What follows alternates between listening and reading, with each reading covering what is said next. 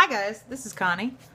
Figured I'd stop being distracted by shiny things and food and get back to reading. Connie reads not 8 keys. Wow, whoa, my brain. I apologize, but this will make reading fun.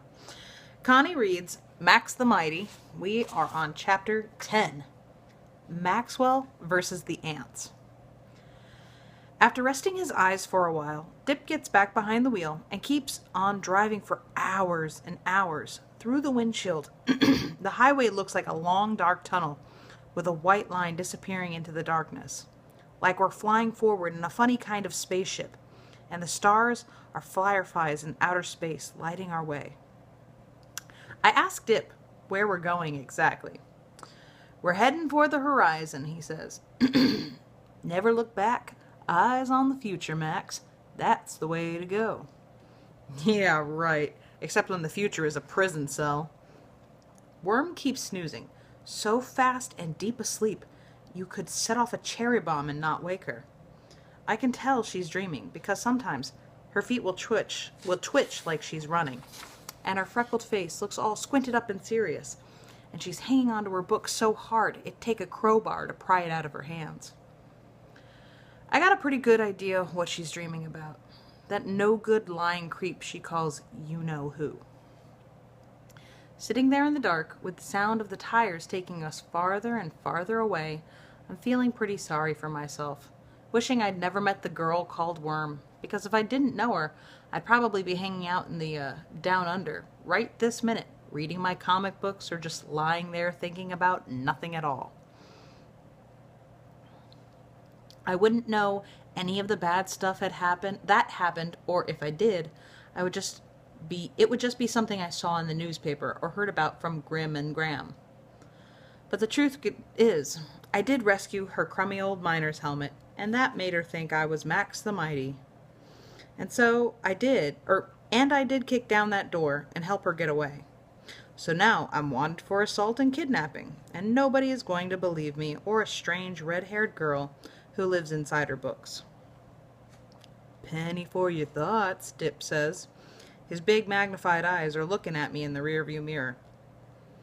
Nothing, I say. Just stuff. Dip keeps that old bus heading into the west until the sun rises behind us. And I never do fall back asleep.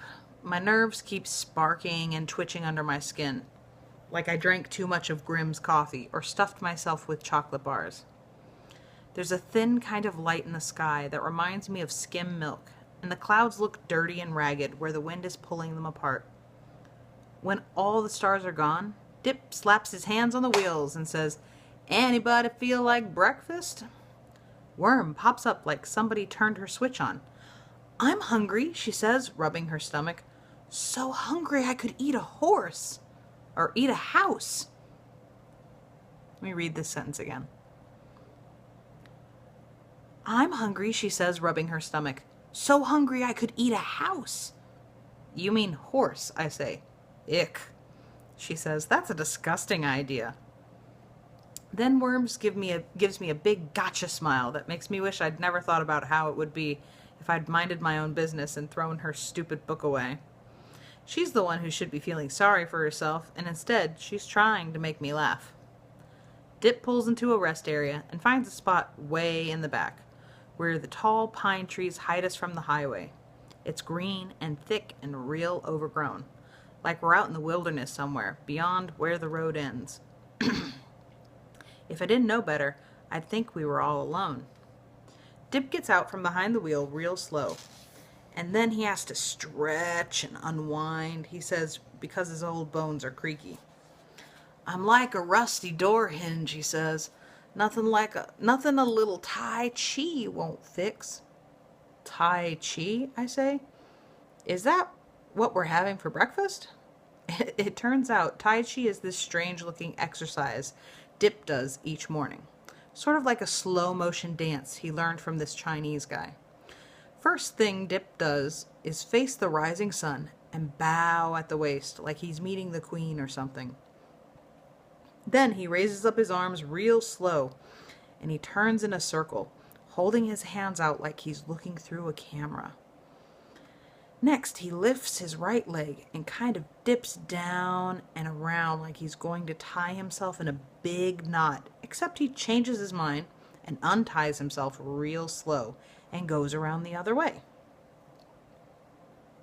Remember, he's a fat guy in a killer Hawaiian shirt with long white hair done up in funny looking pigtails and a humongous nose and eyes that look like they're coming at you out of telescopes. At first I want to laugh because it seems so funny, a guy like him doing this ancient Chinese dance.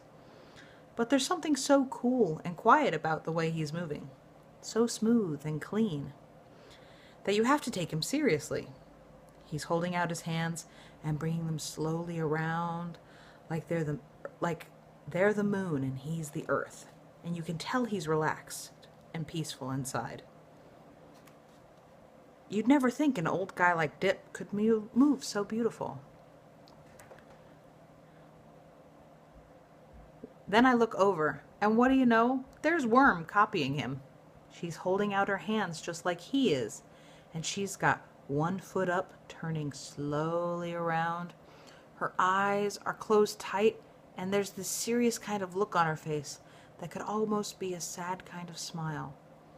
The sun makes her red hair look glowy like the dawn, and she seems so quiet and easy with herself she almost looks like a different person, except for the freckles.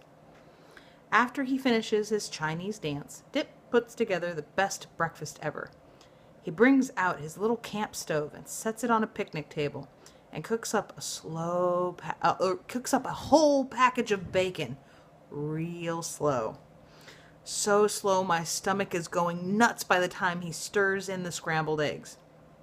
He's got this brown bread that comes out of a can, and he toasts that in the other frying pan and slathers it with butter. The deal is, you put a chunk of egg and bacon on the bread and eat it that way so you don't have to dirty any plates.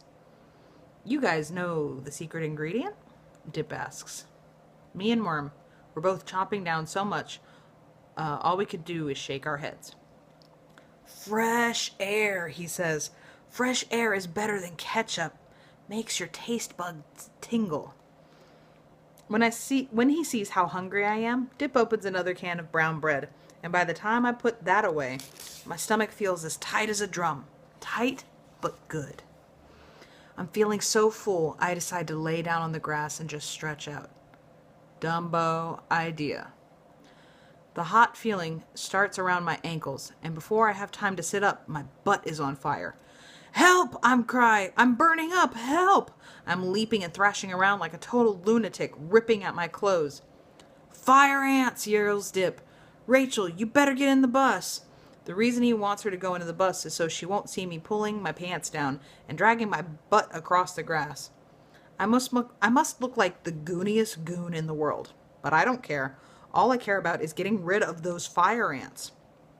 Most people would die laughing, seeing a huge guy like me drag his bare butt in the grass while he's yipping like a poodle.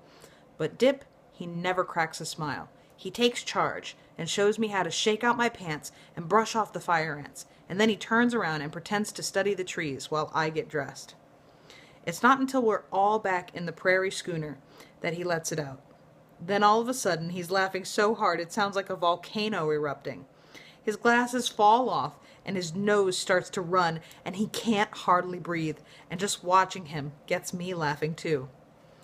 That finally kicks Worm off, and pretty soon she's giggling, and then laughing, and pointing at me, and making stupid goony faces and going, "Help! Help! My butt's on fire!" And that makes me laugh even harder.